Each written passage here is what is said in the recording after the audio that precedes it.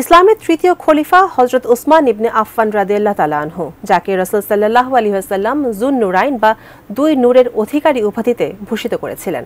অথচ এমন এক মহৎ ব্যক্তির জীবন নিঃশেষিত হয়েছিল বিশ্বাসঘাতকতা, ষড়যন্ত্র এবং অভ্যন্তরীণ ফিতনার কারণে। কিন্তু কেন তাকে হত্যা করা হয়েছিল, বিস্তারিত জানাচ্ছেন আরিফ হাসান।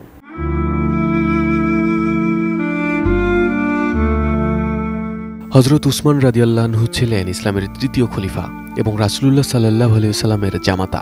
নবী সাল্লাল্লাহু আলাইহি ওয়াসাল্লামের দুই কন্যা রুকাইয়া ও উম্মে কুলসুমকে বিবাহ করেছিলেন তিনি, যার কারণে তিনি জুন্নুরাইন অর্থাৎ দুই নূরের অধিকারী উপাধি লাভ করেন।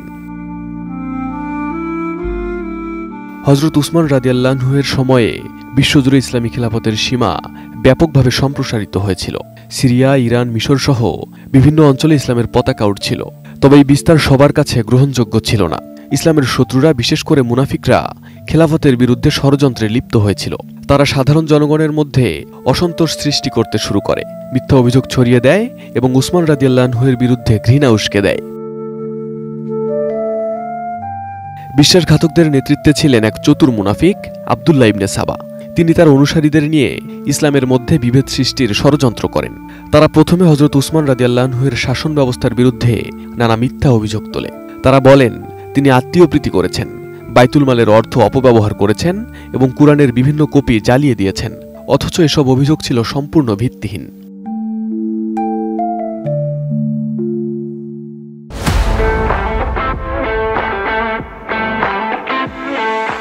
ইসলামের সোনালী যুগের সাহাবীরা একে একে দুনিয়া থেকে বিদায় নিচ্ছিলেন, আর নতুন প্রজন্ম ততটা আত্মত্যাগী ও আল্লাহভীরু ছিল না।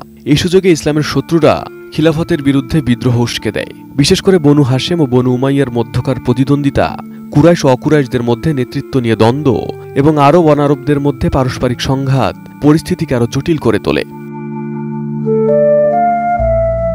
মিশর থেকে বিদ্রোহীরা মদিনায় এসে গভর্নর আব্দুল্লাহ ইবনে আবু সারার বিরুদ্ধে অভিযোগ তোলে। খলিফা ওসমান রাদিয়াল্লাহু আনহু তাদের দাবি মেনে নিয়ে গভর্নরকে অপসারণ করেন। কিন্তু ষড়যন্ত্রকারীরা হযরত উসমান রাদিয়াল্লাহু আনহু এর বিরুদ্ধে একটি ভয়ানক মিথ্যা অভিযোগ তোলে। তারা বলে উসমান রাদিয়াল্লাহু আনহু একটি গোপন চিঠি পাঠিয়েছিলেন, যাতে নতুন গভর্নর মুহাম্মদ ইবনে আবু বকর ও তার সঙ্গীদের হত্যা করতে বলা হয়েছিল। যদিও এই চিঠির লেখনী মারওয়ানের ছিল, কিন্তু বিদ্রোহীরা তা উসমান রাদিয়াল্লাহু আনহু এর উপর চাপিয়ে দেয় এবং তার পদত্যাগ দাবি করে। তবে হযরত উসমান রাদিয়াল্লাহু আনহু এই কঠিন সংকটের মধ্যেও পদত্যাগ করেননি। রাসূলুল্লাহ সাল্লাল্লাহু আলাইহি ওয়াসাল্লাম তাকে আগেই বলে দিয়েছিলেন বিপদ আসলেও খিলাফতের পোশাক না খুলতে। তিনি এই আদেশ মেনে চলেন। বিদ্রোহীরা তার বাড়ি অবরোধ করে রাখে 40 দিন। এ সময় তার পানির সরবরাহ বন্ধ করে দেওয়া হয়। এ সময় তিনি মদিনার মানুষকে যুদ্ধ না করার নির্দেশ দেন, যাতে কোনো রক্তপাত না হয়। অবশেষে 35 হিজরির 28 জিলহজ বিদ্রোহীরা তার বাড়ির দেয়াল টপকে ভেতরে প্রবেশ করে। সে সময় ওসমান কোরআন তেলাওয়াত করছিলেন। বিদ্রোহীরা নির্মমভাবে তাকে আঘাত করে এবং তার রক্ত কোরআনের পৃষ্ঠায় পড়ে যায়। আর এই নির্মম হত্যাকাণ্ডের মাধ্যমে ইসলামের ইতিহাসে সূচনা হয় এক কালো অধ্যায়ের।